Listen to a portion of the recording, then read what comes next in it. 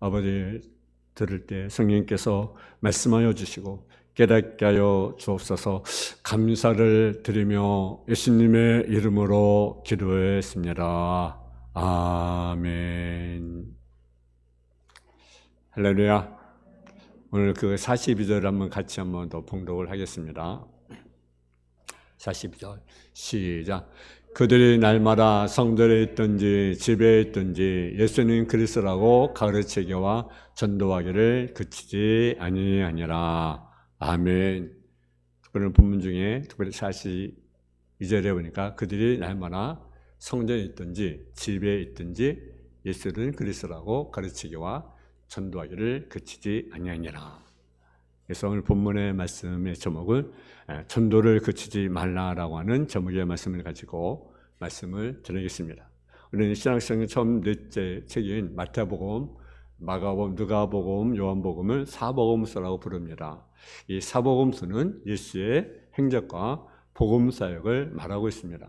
신약성경의 5번째 책인 사도행전은 사도들의 행전과 복음 사역을 설명하고 있습니다. 그래서 복음 사역의 중심은 예수 그리스도시고 사도행전의 중심은 사도들입니다. 그리고 사도들이 조명가 밝히고 증거한 대상이 바로 누구냐면 예수 그리스도라는 사실입니다. 사도들이 예수 그리스도의 복음을 전하기 시작해서부터 박해가 시작이 됩니다. 근데 사도들은 어떤 박해로 굴하지 않고 복음을 전했다는 것이 사도행전의 증언입니다. 오늘 본문 말씀 중에 40절, 42절을 중심으로 보게 되면 40절에 보니까 사도들을 불러 채찍질하며 예수의 이름으로 말하는 것을 금하고 노원이라고 말합니다. 41절에 보게 되면 사도들은 그 이름을 하여 능력받는 일에 합당한 자로 여기심을 기뻐하면서 공의 앞에 떠나니라. 42절에 보니까 그들이 날마다 성전에 있든지 집에 있든지 예수님 그리스도라고 가르치기와 전도하기를 그치지 아니하니라.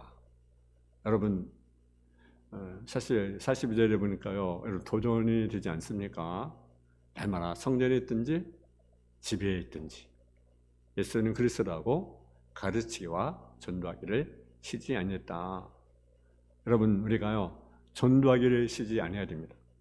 헬라 성경을 보면 채찍질한다는 말은 그 의미가 리얼합니다. 그것은 어떤 말이냐? 가죽을 벗긴다는 가죽을 벗긴다. 그런 말입니다. 당시 채찍은 보통 소 가죽으로 만들었습니다. 그리고 가죽끈 끈에 시뭉치를 달았습니다.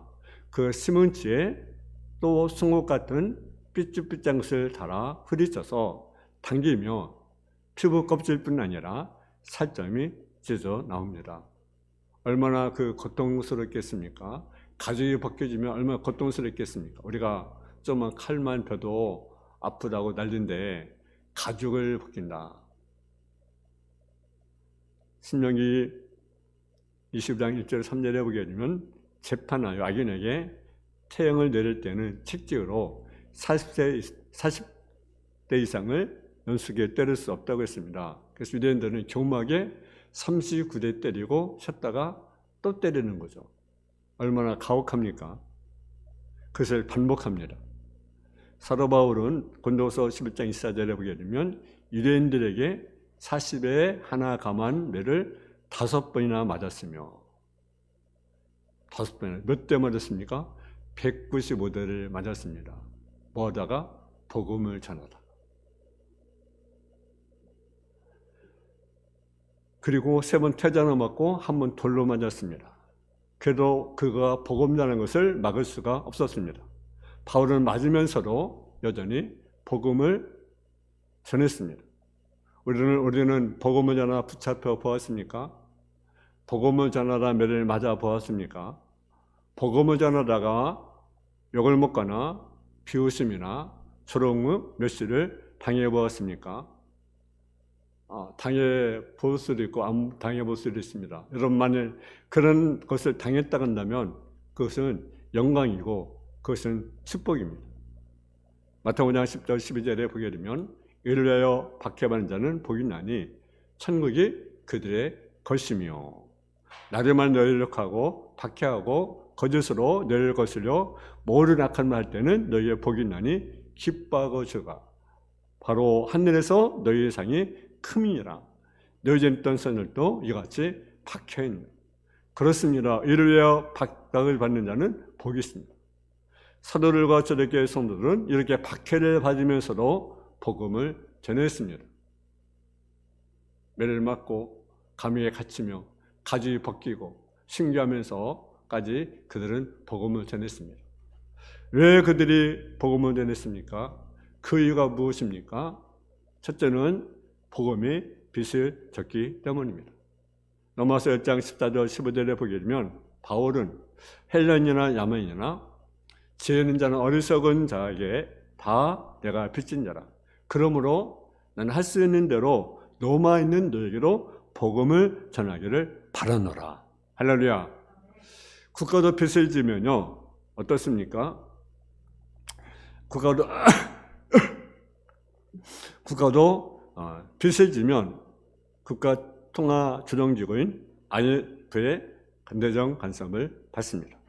개인도 빚이 많고 갚을 능력이 없으면 신용 등급이 떨어집니다. 그래서 은행 대출을 받을 수도 없고 카드도 발급을 받을 수가 없습니다. 우리로 질 수 있는 빚이 세 가지입니다. 하나는 물질의 빚, 또 하나는 도덕적인 사랑의 빚, 또 하나의 빚은 무엇입니까? 영적인 빚, 복음의 빚이 있습니다.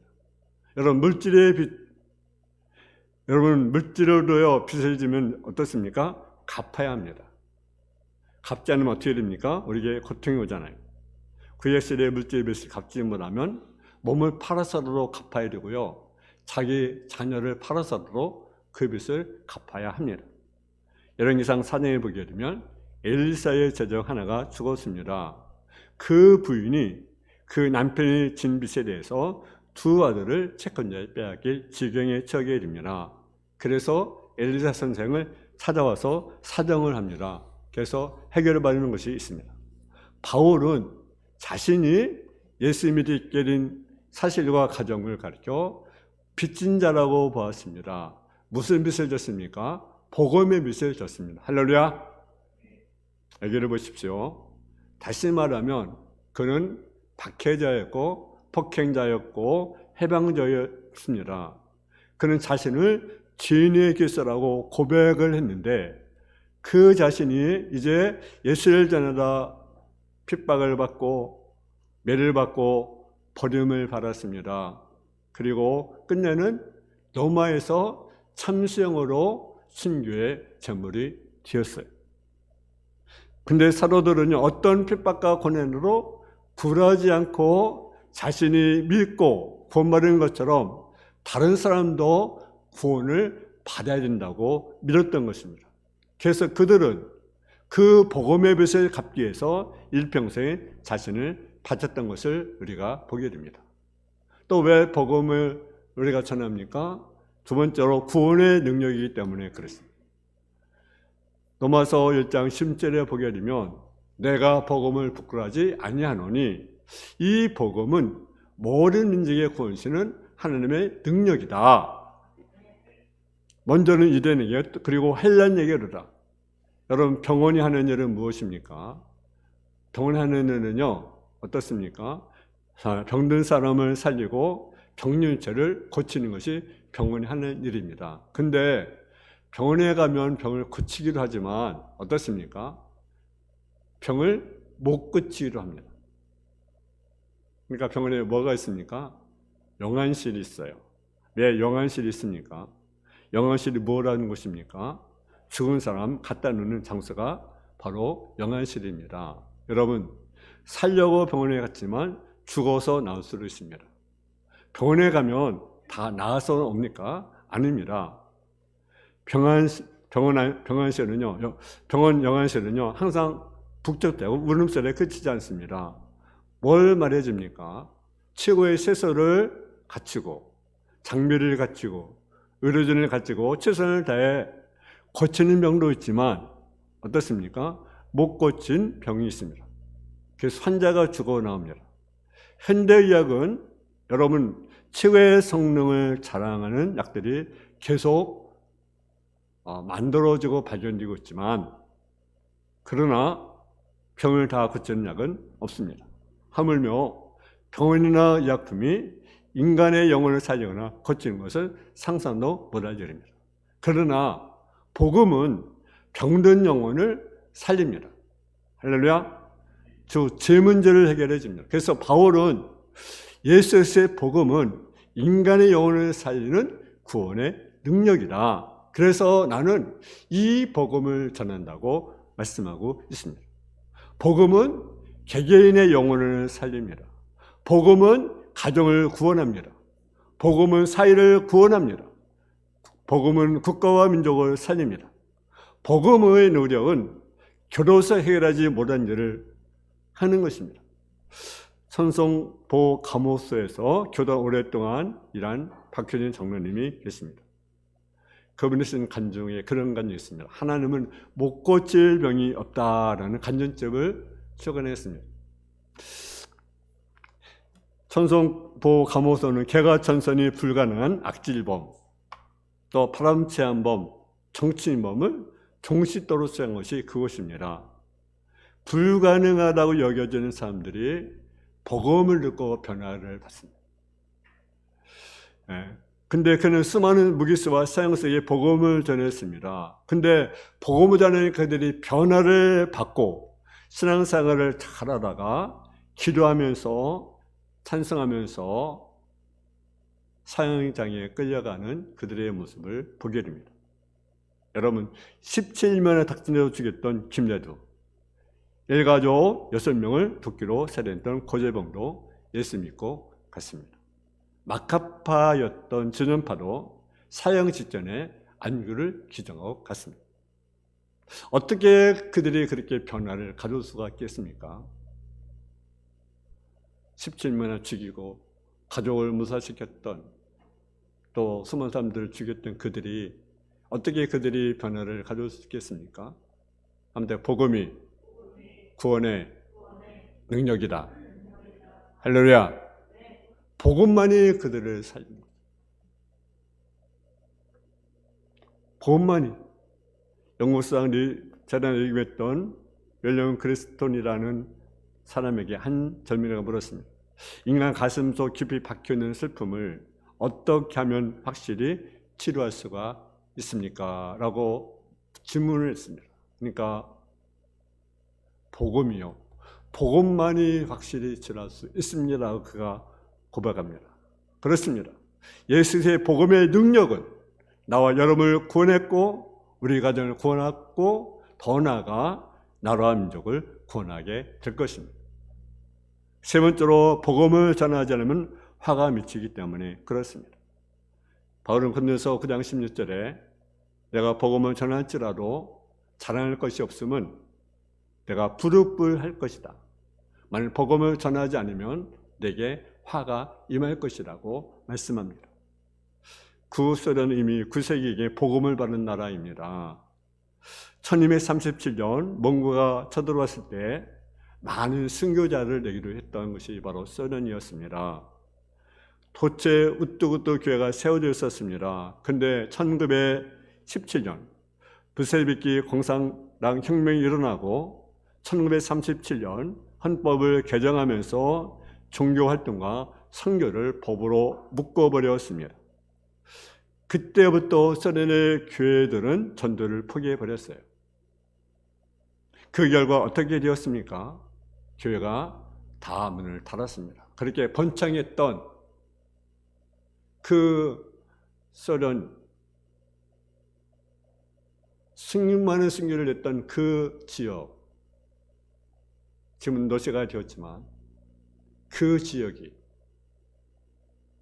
공산당에 의해서 복음이 전달되지 못하고 전파되지 못하고 결국 문을 닫게 되고, 그래서 어떻습니까? 노시의 황금 문명도 문을 닫게 되고 경제도 몰라, 정치도 몰라, 한마디로 암흑시대가 되었습니다.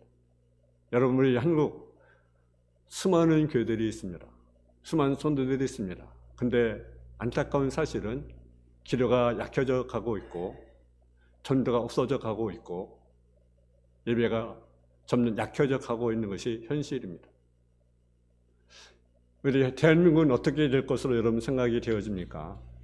앞으로 20년, 30년 후면 한국의 수많은 교회들이 문을 닫게 되고 성도들이 점점 교회를 찾지 않게 된다고 그렇게 말하는 사람도 있습니다. 아니 20년, 30년 지금 현실이 그렇습니다. 많은 교회들이 문을 닫게 되고 많은 교회들이 성도들이 줄어들고 있는 것이 현실입니다. 목사님들이 요즘 보니까요 우리 교회도 그렇지만 좀 큰 교회라고 하는 교회도 보면요 교회 어린이가 없어요. 친구들 학생들이 없어요. 이것이 비극이 아닙니까? 안타까운 현실이 아니겠습니까? 요즘 젊은이들이 교회를 찾지 않습니다. 또 부모들이 자녀의 신앙교회에 관심이 없습니다. 내 신을 어떻게 키울 것인가에 관심이 없습니다. 오직 세상, 어떻게 하면 내 개인의 어떤 이익, 눈앞의 이익, 그 추한 시대 속에 우리는 살아가고 있습니다. 여러분, 전도 안 하면 내 영혼이 화를 당하게 되고 내 가정이 화를 당하게 되고 국가가 화를 면치 못하게 되는 것입니다. 여러분, 그러니까 이것은 복음을 전하자면 화가 임한다. 개인만 아니라 가정도 국가도 나라도 화가 임한다는 거죠. 이것을 알기 때문에 전하지 않으면 견딜 수가 없는 거죠. 매를 맞으면서 감에 갇히면서 책지에 맞으면서 가지 벗겨지면서 때는 순교자리까지 이르면서 복음을 전하는 거예요. 왜? 복음을 전하는 화가 임한다. 나만 아니라 전하자는 자뿐 아니라 전혀 아니함을 통해서 내 가정도 국가도 여러분 우리는 그래서요 복음을 전해야 되지 않겠습니까? 감리창시했던 르네스레가 87세 기전에 알렉산더 메드에게 보낸 편지에서 이런 말을 했습니다. 제가 아니고는 전혀 두려워할 것이 없는 사람, 하나님 아니고는 전혀 원하는 것이 없는 전도자 100명만 저에게 보내주십시오. 그들이 성지자여든 평신자여든 상관이 없습니다. 그런 사람이라야 지옥문을 부서주시며 이 땅에 하나님 나라를 세울 수 있습니다. 전도자 100명만 있으면 영적 전쟁에서 이기고 하나나라를 세울 수 있다는 말을 주목해야 합니다. 여러분 1945년 태평양 전쟁이 미국의 승리로 끝났습니다. 도쿄에 입성한 메가로 장군을 수많은 사람들이 환영합니다. 그때 그는 그런 말을 남겼습니다. 전 세계에 당면한 문제가 뭐냐? 경제 문제다. 요즘 경제 때문에 난리가 아니에요, 그죠? 그래요, 안 그래요? 우리나라도 마찬가지로 세계 경제가 난리잖아요. 그래서 전 세계 문제가 경제 문제라. 경제 문제는 뭐냐? 군대의 문제라. 군대의 문제는 정치 문제입니다. 정치 문제는 정치가 양심 문제입니다. 양심 문제는 도덕 문제입니다. 도덕 문제는 종교 문제입니다. 종교 문제는 신앙 문제입니다. 여러분, 일본과 미국이 싸웠잖아요. 그것은요, 무엇과 싸움인가? 하나님과 일본신과의 싸움이었다는 거죠. 여러분, 복음을 전하는 데가 화가 미치는 사실을 우리가 기억해야 합니다. 그것은 복음을 전해야 됩니다. 네 번째로 왜 우리가 복음을 전해야 되느냐? 한번 그리스도의 사랑이 나를 강건하기 때문이다. 아멘. 예수를 믿게 된 것, 구원을 받게 된 것은 조건 때문이 아닙니다. 여러분이 예수 믿게 된 것 어떤 조건 때문에 예수를 믿게 되었습니까? 내가 양만 출신이라 내가 예수를 믿게 되었습니까? 아니면 내가 똑똑해서 내가 가진 것이 또 많아서 내가 아니면 건강해서 내가 아니면 잘나서 내가 예수를 믿었습니까? 아닙니다. 그것 때문에 예수 믿는 것이 아닙니다. 오직 은혜라는 거죠. 은혜로 내가 예수를 믿게 된 것입니다. 누군가 우리에게 복음을 전해주어서 그 복음을 듣고 믿음을 갖게 되었고 그 믿음으로 내가 구원을 받게 된 것입니다. 로마서 10장 15절에 보게 되면 누구든지 지혜를 부르는 자는 구원을 받으리라. 그런즉 그들이 믿지 않는 일을 어찌 부르리요. 듣지 못하니 어찌 믿으리요. 전파하는 이가 없이 어찌 들으리요. 보내심을 받지 아니었으면 어찌 전파리요. 기록된 바 아름답도다. 좋은 소식을 전자의 발이 함과 같으니라. 사도반 고린도서 5장 13절 14절에 보게 되면 우리가 만일 미쳐서도 하나님을 위한 것이요 정신 온전하여로 너희를 위한 것이니 그리스도의 사랑이 우리를 강권하시는도다. 우리가 생각하건대 한 사람이 모르는 사람 대신에 죽었은 줄 모르는 사람이 죽는 것이다. 그리스도의 사랑이 저와 여러분의 마음을 강건하여 전도하지 않고는 견딜 수 없는 마음을 주시기를 주님의 이름으로 축원합니다. 바울은 주님부터 받은 사랑 때문에 복음을 전한다고 했습니다. 그 사랑이 바울을 가만두지 않았어요. 여러분 누군가 사랑을 받으면 얼굴이 화끈거리고 가슴이 두근거리고 마음이 떨려 숨길 수가 없습니다. 그래서 사람마다 첫사랑을 잊지 못하는 거죠. 아, 내가 첫사랑이 아무였는데 그 사랑을 잊지 못하는 거죠. 우리는 어떤 첫사랑? 주님을 향한 첫사랑. 주님하는 그 첫사랑을 우리가 잊어서는 안 되겠죠. 그리스도 사랑 때문에 내가 복음을 전하지 않고는 견딜 수가 없다. 그것이 진정한 주님의 사랑받는 자의 모습이 아니겠습니까? 그러니까 복음을 전하는 거죠. 마지막은 주님이 복음의 문을 열어주었기 때문입니다. 고린도서 2장 12절에 보게 되면 내가 그리스도의 복음을 위하여 드로아의 이름에 주 안에서 문이 열렸으되 주 안에서 전도의 문이 열렸다는 것입니다.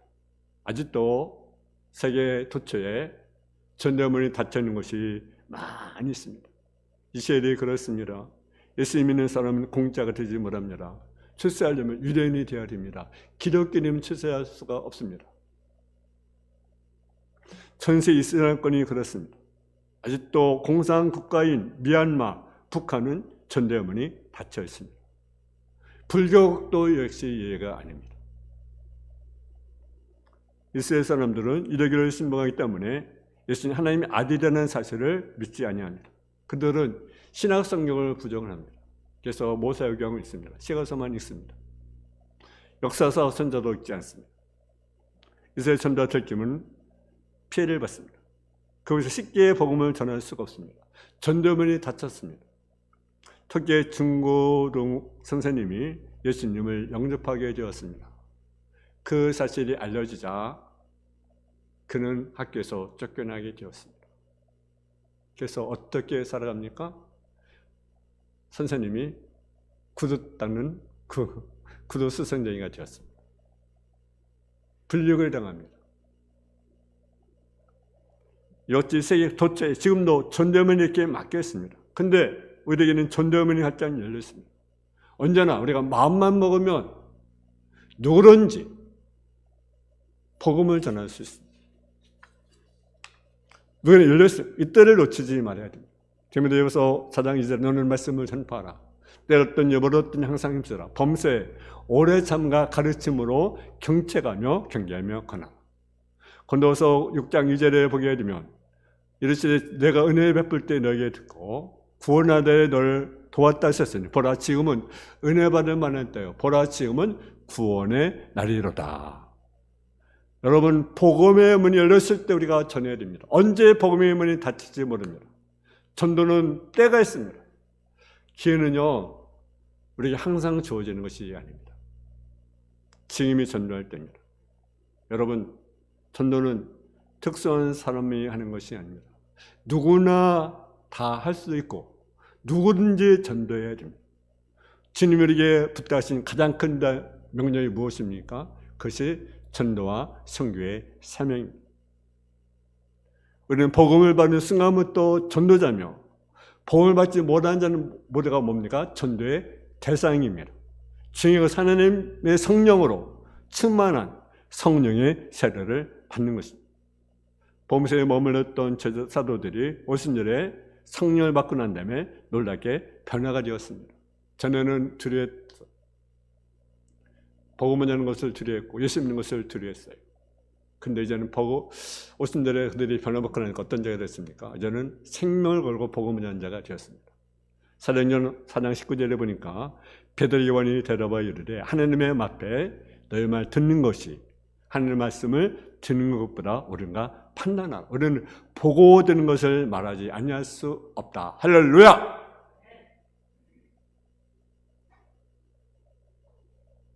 여러분 제자들이요 벌벌 떨었어. 여자 앞에도 벌벌 떨고 손들 앞에 혹시 내가 죽는 거 아닌가, 예수님 있다 또 매맞는 거 아닌가, 감옥 가는 거 아닌가. 근데요 그들이 변화되니까 담대히 복음을 전해요. 담대히. 여러분 결과를 드려야지 맞습니다.